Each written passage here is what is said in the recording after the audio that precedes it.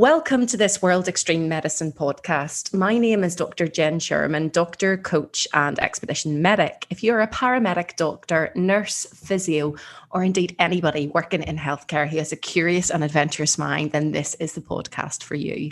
Today, we are going to be talking about why adventure is essential to well-being. And to explore this with me in this episode, I have the pleasure of welcoming Belinda Kirk. Belinda is an explorer and a leading campaigner in the promotion of the benefits of adventure on well-being. For the last 25 years, she has led dozens of international expeditions and remote filming trips. In 2009, she then went on to establish Explorers Connect, which is a non-profit organisation connecting people to adventure and has encouraged over 30,000 people, ordinary people, to engage in outdoor challenges. In 2020, she launched the first conference to explore the positive impact that adventurous activity has on well-being. And her latest venture is her book, Adventure Revolution, The Life-Changing Power of Choosing Challenge, which is due for release this summer. Welcome, Belinda, to this podcast. How are you doing?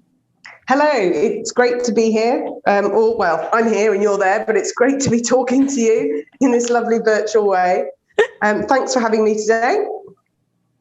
No problems. I'm really looking forward to this conversation. So let's dive straight in. So I think a great starting point for our listeners is maybe, as we're talking about, adventure and well-being today broadly, is maybe if you could give me a bit of a background into how your own relationship with adventure began. Well, I think it probably began when I was a very young child. I remember I was very, very lucky. I grew up on an island called Alderney, one of the Channel Islands. And I was there for about 5 years until I was about 10 years old or 9 years old, I think. And so those really formative years, because it's a small island, everyone knows each other. And at the time, there's very little traffic. I was really able to be quite feral. And the word feral was often used about me. I remember I had that freedom, and I think it's a freedom a lot of people from my generation had that maybe we don't have now because of the changes in society. I'd go off on my bike with my friend or on my own, and I'd just go off all day if I wasn't at school, and I'd just go off an adventure, explore the island, find secret dens, climb trees, do all that sort of very idyllic Swallows and Amazon type stuff, which was completely normal back then, but I think is less normal now. But it just gave me this great sort of base to explore. And it was definitely, I had this secret garden. I remember my secret garden I found, which years later I found was actually a real place. I hadn't kind of imagined it. It's this very long walled garden hidden in a woodland in Alderney, with a little shrine and a little spring at the end.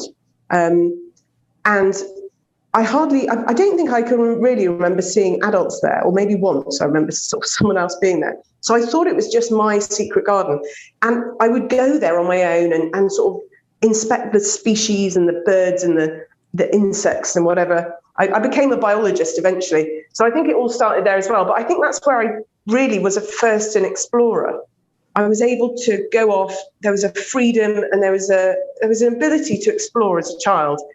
And we moved back to the mainland when I was about 9 or 10 years old, and we moved to the city, and we were in Bristol's my favourite city in the world. It's just brilliant, but it is a city, and there was the less freedom for me then, and I lost my touch. I lost touch with adventure. But I think that grounding that I got so young meant that I came back to it later on. And then I came back to it through the Duke of Edinburgh Award. So that was like my reintroduction to adventure. And then ever since then, I've never let it out of my life, really. It's just something that it's my obsession. It's always been my thing. I'm quite one-dimensional. All I talk about is adventure. Well, I've got a son now, so I talk about him a lot as well now. But my number one topic's my son now, but adventure comes a close second. A close second. Yeah, no, that's brilliant. And I guess then the question I have, you mentioned that you went on to become a biologist.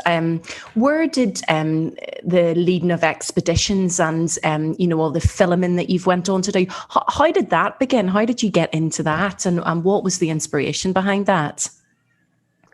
when I was about 15 or 16, I went to my careers advisor, and we all had our session with our careers advisor. And I said to my careers advisor, I want to be an explorer. And she basically told me I wouldn't be. I hear this story a lot, actually, from people who do all sorts of things. Bless them. Bless the careers advisors out there. But yeah, I basically thought, well, that's not an option. And so I went for my second favourite thing, which is, I mean, David Attenborough is a big hero, still is a big hero, a complete legend, isn't he? And I thought, right, well, if I can't be an explorer, I want to work with David Attenborough, make wildlife films and save the whale, sort of thing. And so that's what I set out to do, literally. I was quite focused. I did, my grandfather was a zoology professor in Africa. So I always heard stories. I grew up with stories of nature and of nature and wildlife. So I already had a real affinity with learning about nature, but also I had this aim now. I wanted to work in natural history with David Attenborough. And so I thought, right, I need to do a biology degree and I need to get some fieldwork experience. And it was actually through following that path that I went on my first expedition when I left school, before I went to university to do a degree in biology. And I went off to Africa, and I was a field research assistant, essentially, on a sort of biological expedition. So that's how it actually led me into bigger expeditions and adventures. A lot of our explorers and adventurers are people who are essentially our scientists, I think, our geologists and our geographers and our biologists and so on. Yeah. It's a good way of getting paid to adventure. Well, I was actually just about to ask that. That's it, isn't it? It's a way to make a living, but yet still feel like you're exploring and pushing that aspect of yourself. And I guess I know within that you also then went on to lead some quite high profile. You've been involved in some quite high profile expeditions and also some youth expeditions. I wonder if you could tell us a bit more about those experiences. Yes, so I went on that first expedition when I was 18 to Africa. I spent 3 months in the monsoonal rainforests in eastern Tanzania, and it literally changed my life. I mean, the Duke of Edinburgh scheme really set me off on a new route, but this African trip was, I think once you start taking steps down that road, it just becomes, it's this wonderful feedback, and it gave me the confidence to take bigger steps and huge strides eventually. So it just led me on to bigger and bigger expeditions. And I couldn't see how I could make a living out of it. But I thought, well, if I get more and more experience in it, then people will eventually pay my expenses. And then eventually I might get paid to do some of this, which actually in the end sort of happened. So I did my first expedition I paid for. My second expedition, I think I got my flights paid for. And then my third, fourth expeditions, I got my insurance and flights and expenses paid for. And then eventually I was valuable to people. I had valuable experience. And eventually I was getting paid to take teams in and out of the jungles, particularly jungles and desert. I did it on biological expeditions and on youth development expeditions initially. And I must say, youth development expeditions are still alive and strong, and there's some wonderful organisations out there. It's still the best things I've ever done. It's up there. I'm a big fan of youth development expeditions. But because over about 5 or 6 years, I really grew up. I really sort of grew this experience of being able to get people into some quite unusual places. But I got a call from TV, and essentially they wanted to go into some unusual places, and I was able to facilitate that because I'd either been there or I'd done lots of jungle or desert stuff. And I started taking film crews into remote locations, sorting all the logistics and the safety out. And it kind of went in tandem. I'd run expeditions and I'd either get paid for it or I'd do my own personal big challenges. And so I ran expeditions half the time, and then I ran remote film trips the other half the time. and the remote film trips paid well so that I could do the youth development expeditions that either didn't pay or paid very little. And it was a happy medium. I love both. The great thing about youth development expeditions and biological ones is that they're really, really meaningful.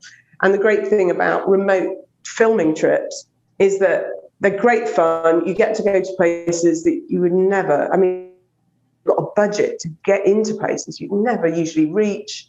It's very sociable going on big film shoots often because there's big gangs of you. It was good. And so that was my career for a good 15 years, really, mixing up expeditions and filming. Fantastic. And then was it then at the end of that or within that time that Explorers Connect was born?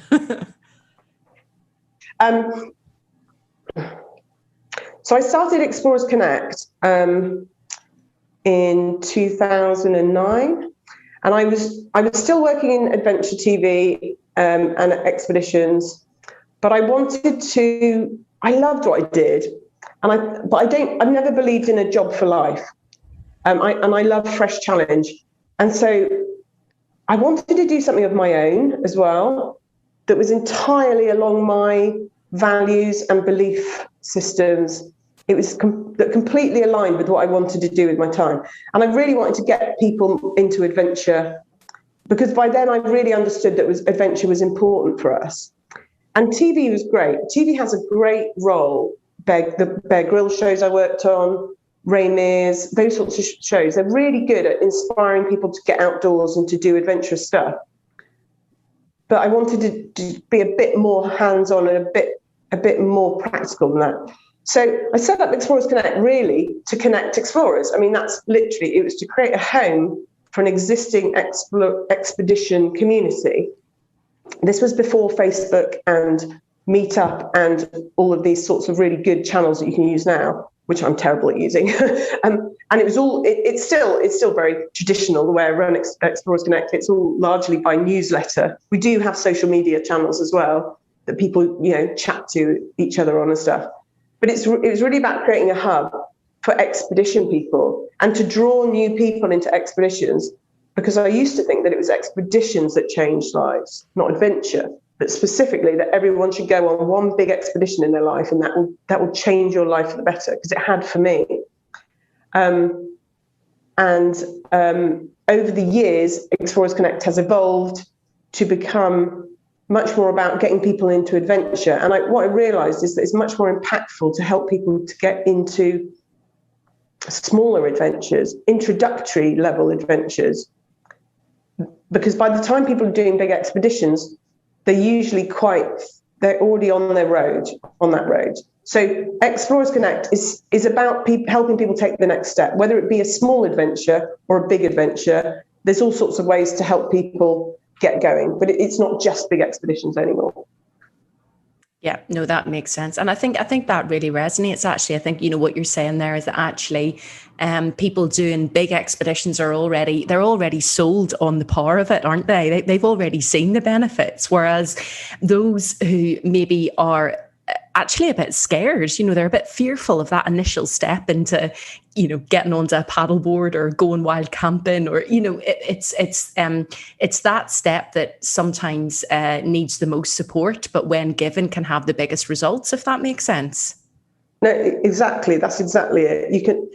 I always think that my mission for Explorers Connect has always been to make adventure more accessible and to help people to live more adventurously. Those are always the two sort of mantras in my head.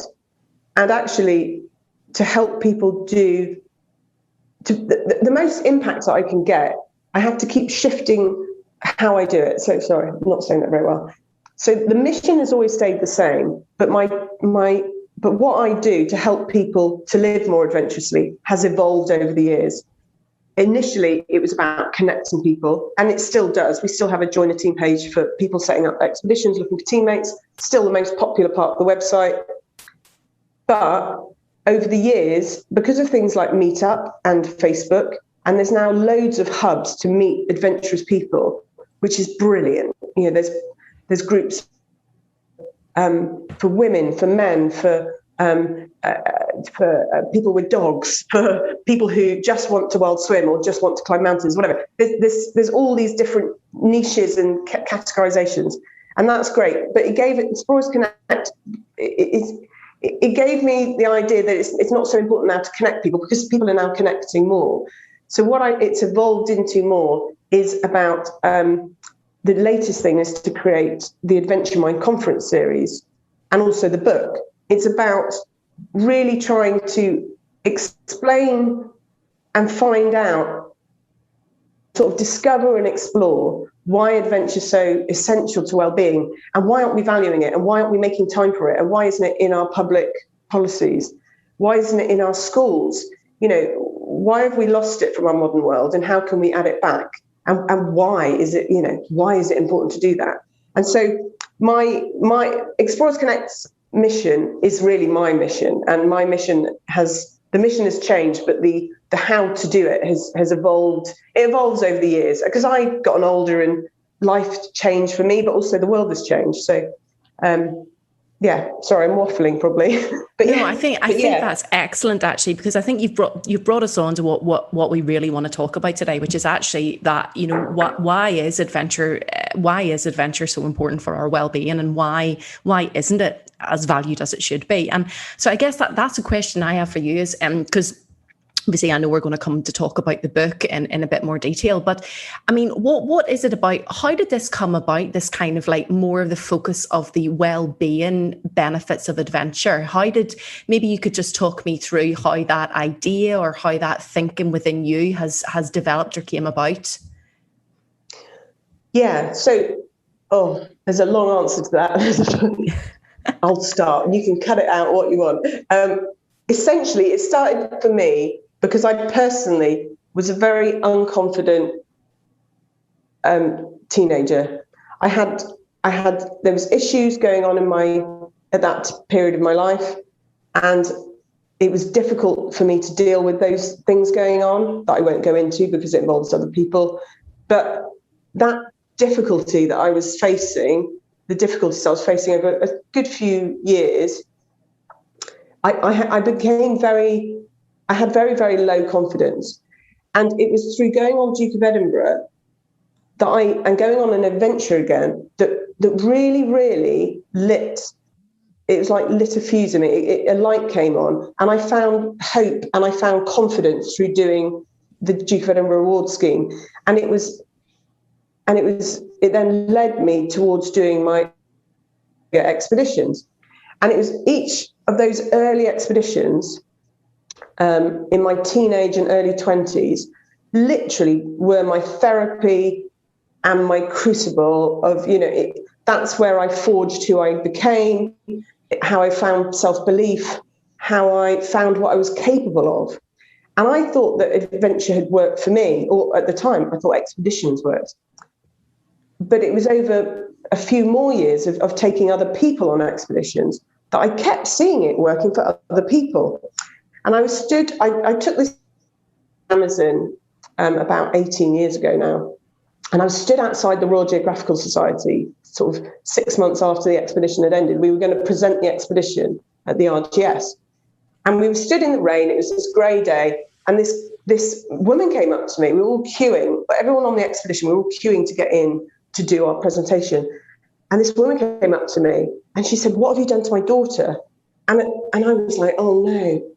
And through my head, all these ideas rushed in, like, "I'm in trouble. Was it the girl who got bitten by a bat? Was it the team that missed their resupply because I rolled our Toyota into a jungle trap, and we couldn't resupply them for several days, and they were eating crackers and not very happy about it, not much else." And I was thinking, which one was it? What was the problem? And then she said, and she just came and gave me this massive hug. And then she said, "I'm Alice's mother." And, and she told, and then it clicked. So Alice had been this, Alice was a teenager on the expedition who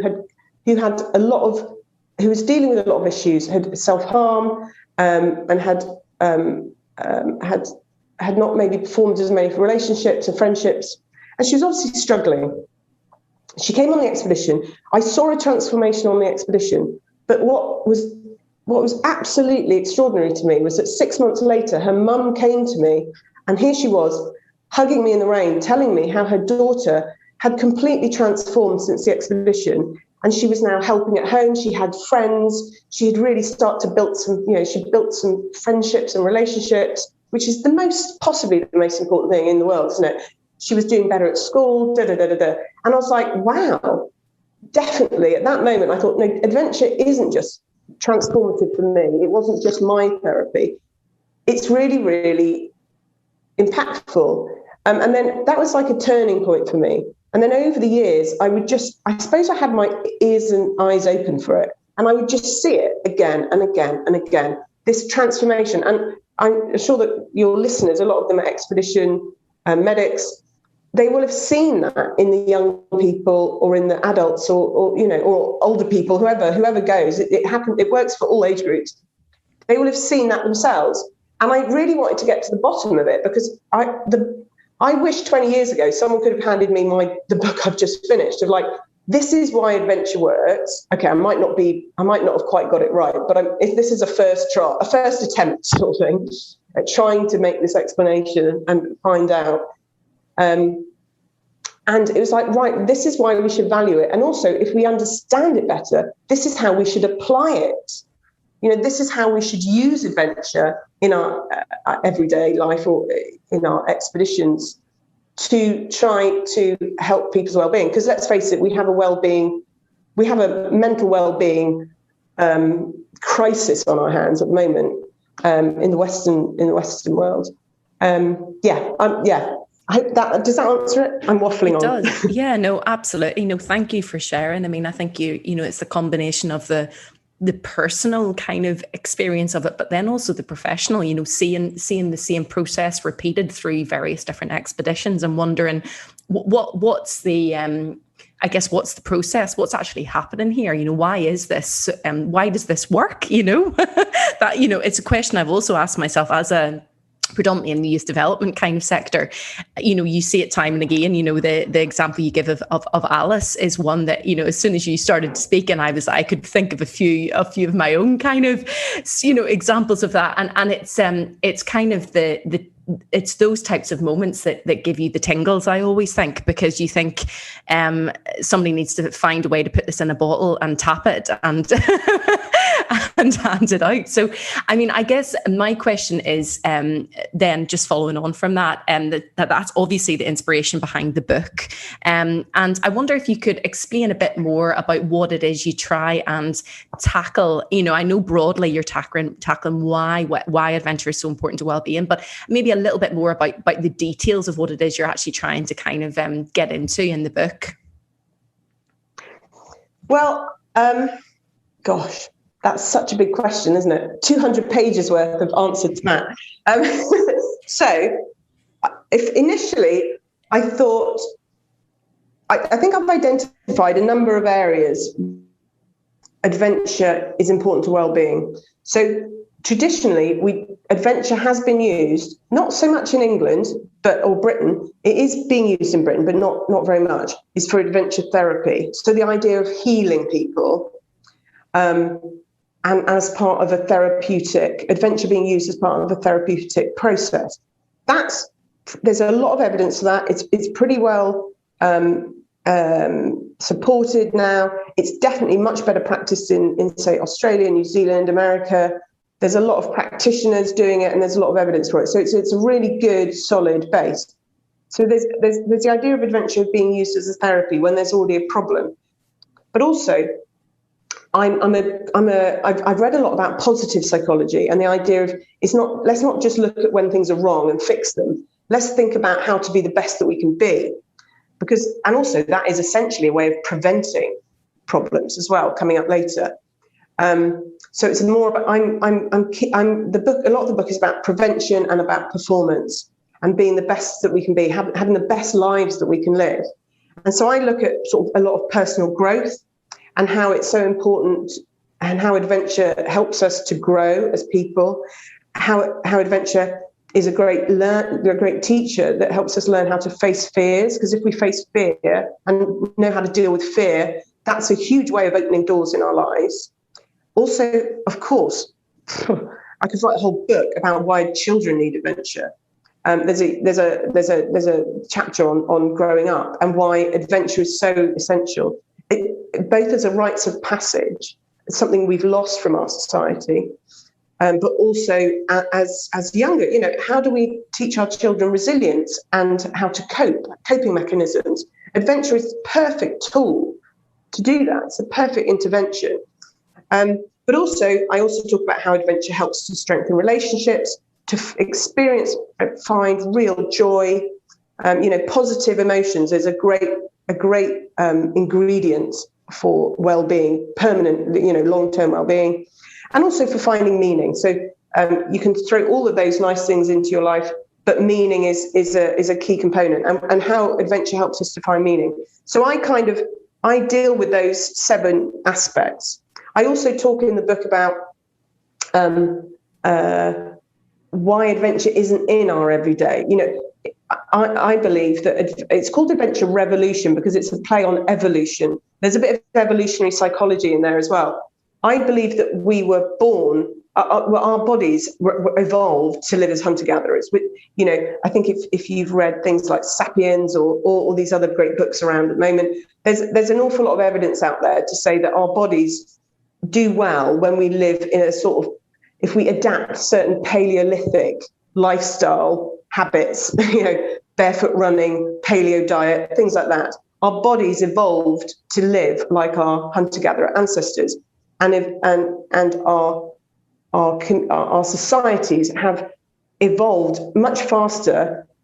At a much faster rate than evolution, our DNA and our genes can catch up with. So our bodies are designed to live like a caveman, and our lifestyle is us sitting behind screens in boxes, getting not enough sleep, not enough daylight, not enough exercise.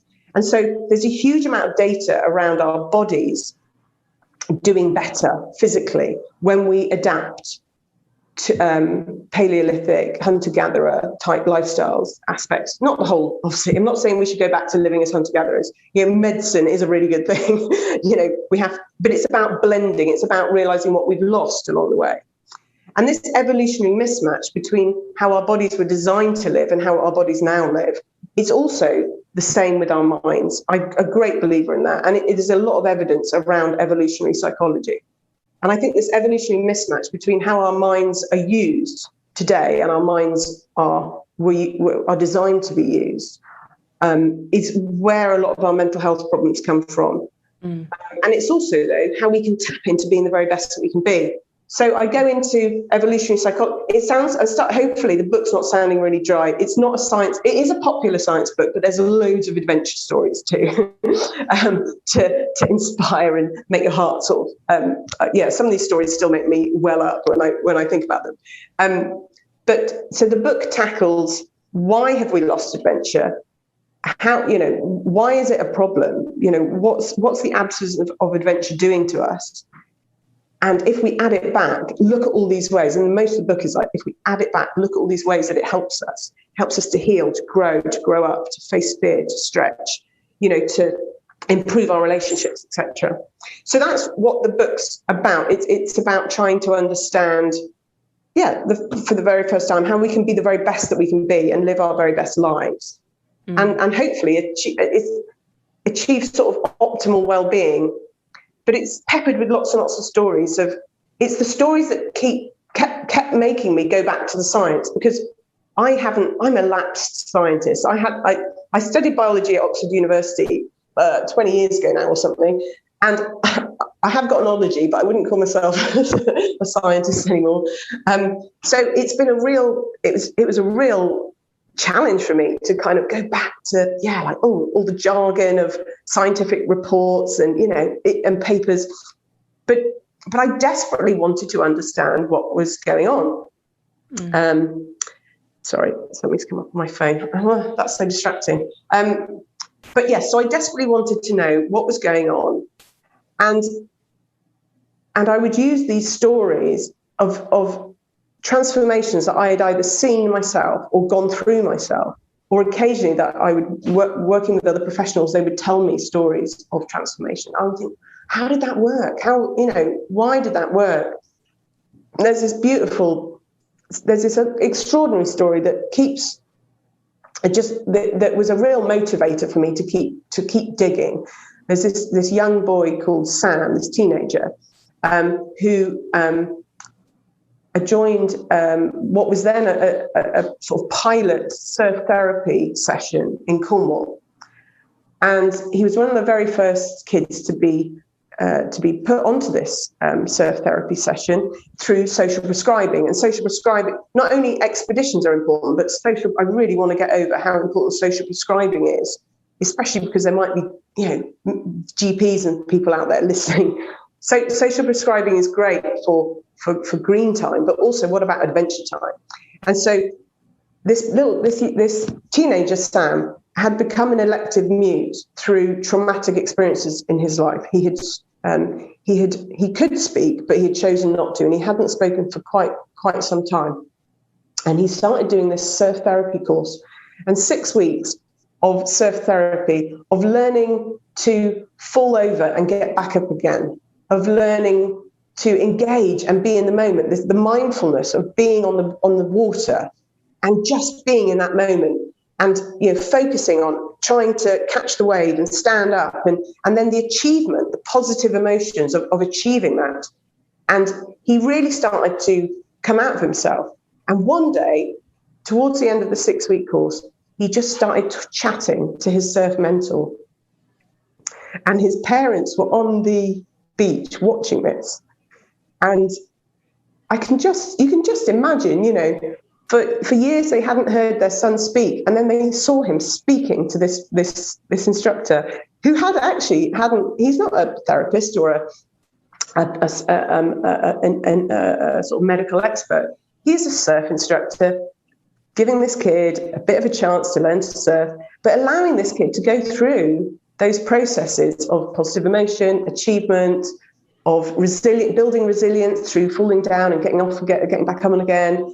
And this incredible mindfulness and engagement that he was also experiencing. And the parents came up at the end and they said, you've given our son back to us. Thank you so much. You've given us our son back. And that's just 6 weeks of, twice a week surfing. These kinds of, it doesn't have to be an expedition on the other side of the world. And it's those sorts of things that just make me think, God, we have such opportunity. It doesn't have to be expensive. We have such opportunity to add adventure to our lives. And it can make a huge, huge difference. Sorry. Yeah. So I'm sorry, I've gone off the point now. But what was the original question? Yeah, no, I think it was, I think it was a very broad question about what are the different domains that you try to address within the book, which I think you've definitely answered really really thoroughly there. And I think there's a couple of things that come up for me on reflection of my own experiences of adventure and of taking those others on adventures, is that there's something that happens. Most adventures that you go on are not rosy. There are challenge, and obviously I know it's in the title of your book, The Power of Challenge, isn't it? There are there are challenging parts. There are parts that actually just aren't very fun. Like if it starts raining and you're out on the top of a mountain, particularly in the UK, not so nice. It's windy. It's not so nice. That's a very simple example. But there are adventure always, in some level, involves some degree of parts that you could label as being not so kind of pleasant, but. And there's some negative emotion associated with that as well as the positive. And I've always thought to myself that actually it's that cycle of going through an adventure, which is an experience, and having it involve both positive and negative, that's really important, because that's really so important for developing resilience, because resilience isn't just about rosiness. It's about actually getting through those difficult moments, the type 2 fun, isn't it? The fun and reflection, and how important that is for resilience and for kind of self-belief, self-efficacy. So I think I'm sure you do address that in the book. Do you talk a little bit about type 2 fun and the power of the kind of the negative and the challenging, or is it even negative? We label things as negative, but actually, that's a societal thing again, if that makes sense. No, it's absolutely, I couldn't agree more. I define adventure as a mixture of challenge, uncertainty, and adversity. Yeah. And all three elements are essential. You don't have to have huge amounts of adversity for small steps for people at the start. But the reason I think that adventure is, once you get into it, you choose to go on this uncertainty. You choose to go into the unknown, and you know that it's going to be uncomfortable at times. You know that there's going to be adversity, but you know that the payoff is far, far greater than a little bit of uncomfortability along the way. And so it's that idea of, I think we've created a world that is very comfortable and is very routine-based and very predictable. And it's actually not how our brains work. And I could go on about why. There's neuroscience around why our brains are actually designed to be playful and to be challenged. Our brains are not supposed to work in this mundane, routine-based way that we all get into it. I know I do. You get up, you go to work the same way, you sit in front of the screen, you do the same sort of work, you talk to your friends at work about the same stuff. We all get into these patterns, and it's not it's okay to have a bit of comfort zone, but it's really important to step out of that comfort zone, because that's where we grow, that's where we learn. But it's called a comfort zone because when you step out of it, it is uncomfortable. That's the whole point. So I totally agree with you. Adversity is a really essential element. It's not maybe that's what you want to put on the poster when you're trying to get people to do adventures. Hey, come and have a really bad time, But the thing is, when you've when you've gone through hell and you've come out the other end, you actually feel really, really proud of yourself. And it's funny, some of the worst times I've had on adventures, I have the most fond memories of. And when you catch up with adventure friends, expedition friends, you don't talk about all the rosy stuff. You usually talk about when it all went a bit wrong. And yeah, I think you also build better relationships as well, because when you have a shared goal, it's important. It's important for building relationships. But when you're actually in the deep end, suffering a bit together, you build even stronger bonds. I think there's many elements. But yes, adversity is such an important part of it. And challenge, because we do live, and I'm not saying we live easy lives, because our lives are actually not easy. We're under a lot of stress, but the wrong type of stress. Whereas adventure is a different type of much more short-lived stress and duress. But it's then relieved by these periods of joy and relief and so on, because you're going through real change. You're stepping into another world, and you're really challenging yourself, and that's incredibly powerful. And in so many ways. Absolutely. I mean, I think there's something about adventures which there's a natural pattern to them, a beginning, a middle, and an end. You don't just keep climbing the mountain. That's not what you do. You climb the mountain to get to the top, to come down. Does that make sense? Whereas sometimes I think in modern life that the natural process of an adventure, it doesn't happen in modern life. It can sometimes feel like all you're doing is continuously trying to climb a mountain. Does that make sense? I know I'm using a metaphor there, but I think that there's something about the process of an adventure which is very natural. As you say, there's periods of challenge combined with periods of rest and digest, and yeah, it's a very organic process. Yes, I mean, I think that's because we're living naturally, like our bodies were designed to live, like hunter-gatherers who lived adventurously all the time. They didn't have to choose adventure. They always lived adventurously. And I'm not saying we should go back to living like hunter-gatherers, because they couldn't choose not to have to fight off predators and stuff. We have that choice. You've literally hit the nail on the head. So I used to think the same, and I dug down into this, and I was thinking, why does this work? Why does this work? Essentially, if you look at cortisol, which is one of our stress hormones, cortisol is what you'll find in a lot of our when you talk about constantly climbing a mountain and never having that rest, we're always climbing the mountain. We're always under this permanent stress. It's not the highest level of stress, but it's that kind of middle level of stress, but it's never ending.